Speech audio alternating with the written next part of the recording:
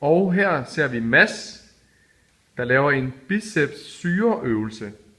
Og selve formålet med den her øvelse, det er simpelthen, at biceps den skal nå sin syregrænse. Og øvelsen den består af 3 sæt efter hinanden, og så starter vi med højre arm. Og først så tager vi 5 curls fra bunden.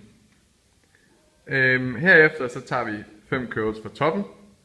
Og til sidst så tager vi 5 curls helt igennem. Og Mads, hvis du lige viser 5 curls fra bunden. Yes.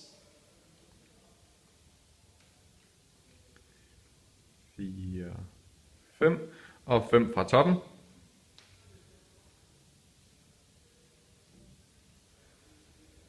Og 5 helt igennem.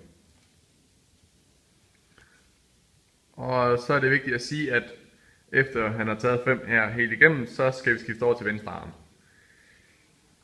Den her øvelse, den træner udelukkende muskeludholdenheden i biceps, og det gør den ved hjælp af syregrænsen.